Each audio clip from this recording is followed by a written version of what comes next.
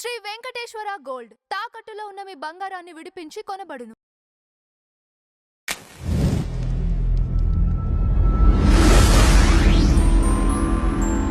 Madam నమస్తే. నమస్తే అండి. మేడం ఒక ప్రముఖ ఛానల్లో కొత్తగా ఒక ప్రోగ్రామ్ స్టార్ట్ అయింది, మ్యాడ్ ఫర్ ఈచ్ అదర్ అని. దీంట్లో 10 జంటలు పార్టిసిపేట్ చేయటం, వాళ్ళతో కొన్ని టాస్క్లు ఆడించి వాళ్ళకి సంబంధించిన ఏవైతే ఉన్నాయో అవన్నీ కూడా పబ్లిక్కి చూపించడం జరుగుతుంది. ఇదే అసలు ఈ ప్రోగ్రామ్.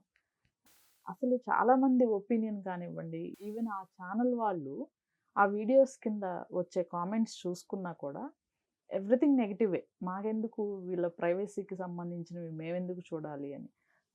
అదంతా పక్కన పెడితే ఇది ఫ్యామిలీ షో అంటూ ఎండోస్ చేస్తూ దీన్ని తీసుకొని వస్తున్నారు. ఇది ఎంతవరకు కరెక్ట్ అంటారు? ఎందుకంటే కొన్ని ఛానల్స్ని ఎక్కువగా ఫాలో అవుతూ ఉంటారు పిల్లలు, ఇంట్లో పిల్లలు కానివ్వండి వీళ్ళంతా. మరి వీటిని ఎలా అరికట్టాలంటారు? ఇప్పుడు ప్రైమ్ టైంలో స్టార్ట్ చేస్తారండి ఇలాంటి షోస్.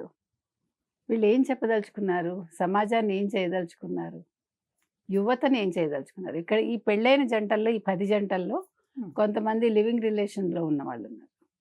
లివింగ్ రిలేషన్లో ఉన్న వాళ్ళని కూడా ఒక 3 జంటలు ఎంతో తీసుకొచ్చారు. ఇవి అంటే మనం ఒక్క ప్రోమో చూస్తేనే మనకు మొత్తం అర్థమైపోయింది. అదో మెతుకు ముట్టుకుంటేనే తెలుస్తుంది కదా అన్నం ఉడికిందో లేదా.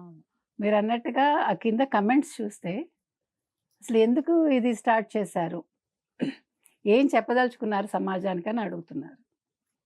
మీకు మేడ్ ఫర్ ఈచ్ అదర్ అని ఉండాల్సింది మ్యాడ్ ఫర్ ఈచ్ అదర్ అని ఎప్పుడైతే పెట్టారో ఆ షో ఎంత మ్యాడ్గా ఉంటుందో అర్థమవుతుంది. అంటే ఎంత చెత్తలా ఉంటుంది. అంటే వీళ్ళకి డబ్బులు చేసుకోవటం ఒక్కటేనా లక్ష్యం? ఇప్పుడు ఒక విదేశీ ఛానల్ నుంచి వచ్చిన ఒక ఛానల్ అనుకుంటా ఇది. మరి ఎందుకు దీని మీద ఇక్కడ ఉన్న ఛానల్నే అదే వేరే విదేశీ ఛానల్ వాళ్ళు కొనుగోలు చేశారో ఏదో అయింది.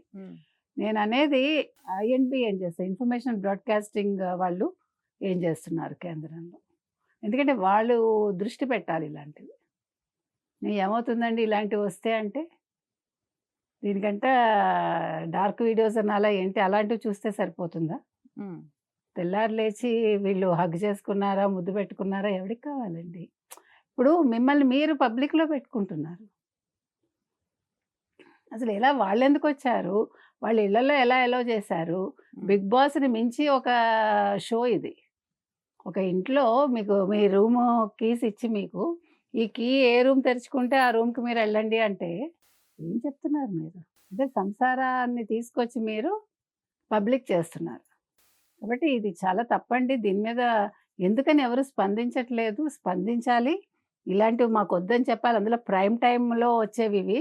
పిల్లలు చూస్తే ఇంకానుందా? మంచి మంచి ప్రోగ్రామ్స్ చేయండి.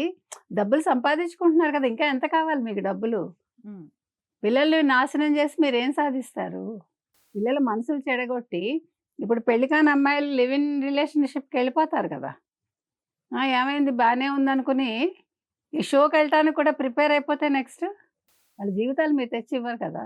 మేమేం చేసాం, మేము చూపించామంటే మీరు చూపించాక వాళ్ళు నాశనం అయిపోతే ఆ నాశనానికి బాధ్యులు మీరే అవుతారు. కాబట్టి ఇలాంటి షోస్ రావద్దండి దయచేసి. అసలు బిగ్ బాసే మనం వద్దని చెప్పాం. బిగ్ బాస్కి తాతలంటే ఒక షో తీసుకొచ్చి అది కూడా ప్రైమ్ టైంలో పెట్టి మీరు ఇలాంటి ఛానల్స్ బ్యాన్ చేయాలండి. అసలు మనం అయితే గట్టిగా కేంద్రాన్ని అయితే అడుగుతున్నాము. లేఖ కూడా రాస్తే బాగుంటుంది. ఎవరైనా లాయర్స్ స్పందించాలి దీని మీద. ఓకే, సోషల్ యాక్టివిస్టులు స్పందించాలి, లాయర్లు స్పందించాలి. నా బట్టలు నా ఇష్టం అంటే స్వేచ్ఛ అనే దానికి ఒక హద్దు ఎలా ఉందో ఇలాంటి షోస్కి కూడా ఒక హద్దు ఉండాలని నేను చెప్తున్నాను. Thank you.